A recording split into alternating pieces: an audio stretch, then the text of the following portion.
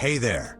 Ever met someone who could buy a yacht, crash it into another yacht, and still be totally fine financially? Like no panic, no budgeting app, no frantic, oops, I forgot my wallet at dinner. That's not magic. That's money, doing acrobatics. Today, let's talk about how rich people never run out of money. Like, never. Not even when they buy things that cost more than a small country's entire yearly budget. And to explain it, I want you to meet Bob. Bob is rich. Like, capital R rich.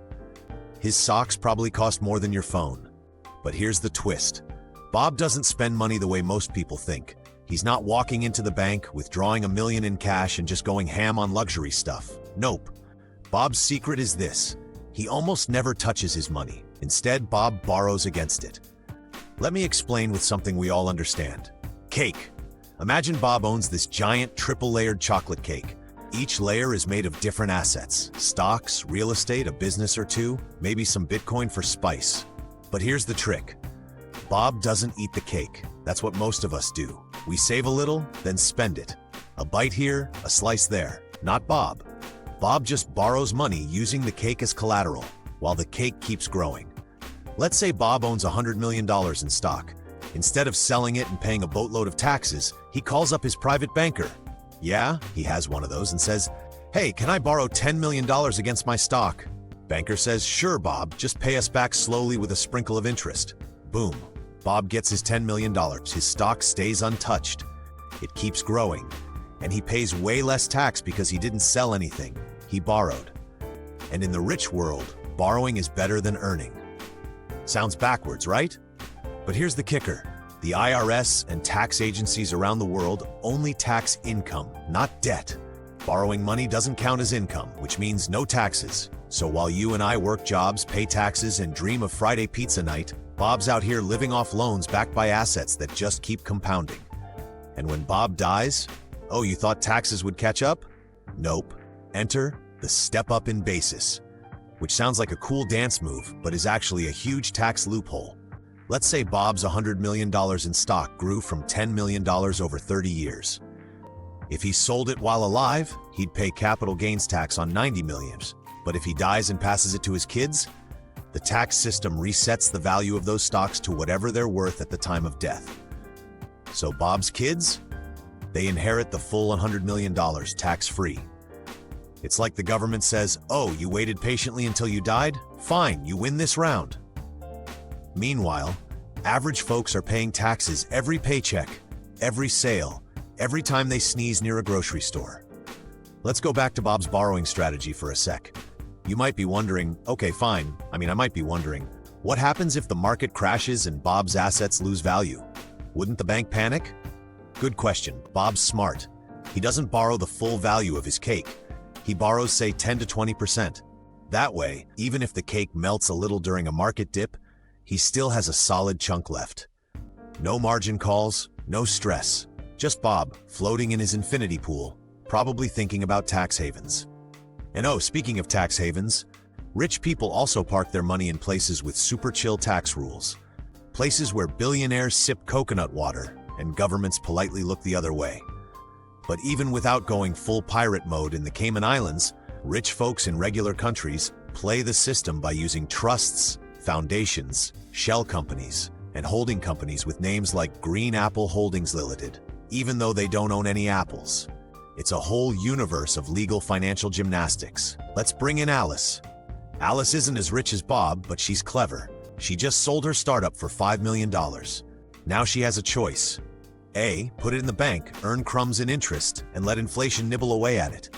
Or B, put it into an investment portfolio, borrow against it just like Bob, and keep growing it without selling. Guess what she picks? Yep, she chooses option B and joins the Never Sell, Just Borrow Club. Now she's got $5 million working, while she lives off a line of credit. She's not rich yet, but she's learned the cheat code. Because here's what the ultra-rich understand that most people don't. Money doesn't work like water. It works like fire. If you let it sit, it just kind of flickers. But if you feed it the right fuel, investments, leverage, and time, it becomes this blazing inferno that burns forever without you needing to throw logs on every day. Bob and Alice figured that out early. They don't trade their time for money. They let their money clone itself while they sip espresso and take conference calls on yachts. But hey, you don't need a private jet to start playing the same game on a smaller scale. Because the real trick isn't being born rich, it's thinking like the rich, and then slowly, steadily, copying their blueprint. And the first step? Understanding the difference between income and assets. See, income is that thing you chase every 2 weeks and immediately lose to bills, groceries, taxes, and that one treat-yourself splurge that turns into 7 Amazon packages. Assets? They work while you sleep. They're like little money robots marching into the world and bringing back more cash. Rich people don't hustle for paychecks. They collect assets. And then, this is key, they leverage those assets without selling them. It's like owning a golden goose and only borrowing eggs. You don't eat the goose. You don't even touch the goose. You insure it, admire it, and then go to the bank and say, "Hey, I've got this shiny bird. Can I get a loan?" Bank says, "Sure thing, sir. And would you like that in dollars, Swiss francs, or whatever billionaires are using these days?" Let's pause for a second and talk about credit. Because here's the hilarious twist. The more money you have, the easier it is to borrow. Bob walks into a bank, and they hand him a platinum pen before he even says a word. Meanwhile, regular folks fill out 47 forms just to get a $5,000 loan with 14% interest and a blood sample. Why? Because Bob doesn't need the loan, which makes him the perfect person to get one. It's like banks play hard to get with the people who actually need money and fall head over heels for the ones who don't. Bob's loan is backed by real stuff. Stocks, real estate, maybe a Picasso of a goat playing chess. That's why he can borrow millions at a low interest rate, pay a little bit back every year, and never actually be broke. And because that borrowed money isn't income, Bob keeps dodging taxes like it's the Matrix. Now let's take it a step further. You know how Bob makes his money disappear for tax purposes? He doesn't hide it under his mattress. He hides it in entities. LLCs, trusts, family offices. These aren't just business terms. They're invisibility cloaks for wealth. Bob puts his house under a company. He puts his yacht under another one. He pays himself just enough to cover his latte habit and leaves the rest in asset form. That's why when you Google Bob, it looks like he's worth maybe a few $100,000. Meanwhile, his trust owns a private island. It's sneaky, but it's legal. And when Bob wants to get something fancy, like a $20 million vacation home in the Maldives, he doesn't write a check. He creates a company. That company takes a loan. The loan is backed by Bob's assets. The house is technically owned by the company. And Bob, he just vacations there as the company director. I know, it's like playing Monopoly with someone who brought their own rule book. But there's one more trick Bob uses, and this one's really clever. He donates. No, not like here's $20 for the school fundraiser. We're talking donor-advised funds, foundations, and charities that Bob controls. He donates stocks to a charitable fund.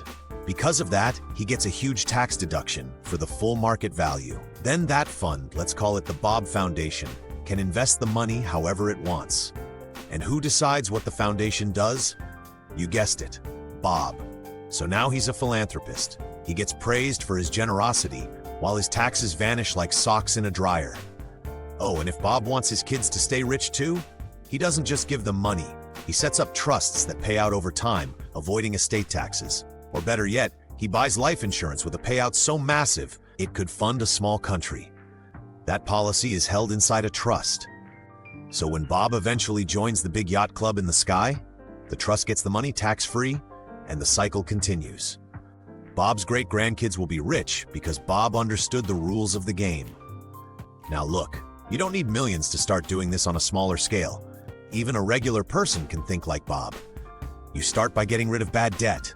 You build up assets, index funds, rental property, a side business. You stop spending everything and instead find ways to leverage what you have. Maybe you get a line of credit secured by your investment portfolio. Or you buy things that go up in value instead of stuff that just collects dust. You also stop obsessing over income and start focusing on net worth. Because income feeds you today. Assets feed you forever. And yeah, you might not be able to start a trust and call it the Alice Legacy Fund just yet. But understanding how the wealthy move their money? That's step one. So in conclusion, Rich people don't stay rich by accident. They borrow instead of sell. They hide wealth in legal wrappers. They turn taxes into puzzles they solve like Sunday crosswords, and they make sure their money outlives them. It's not always fair, and it's not always simple, but it is learnable. Start small, think long-term, and remember, you don't have to be rich to think like the rich. If you want me to make other videos explaining these topics, please like and subscribe. Thanks for watching.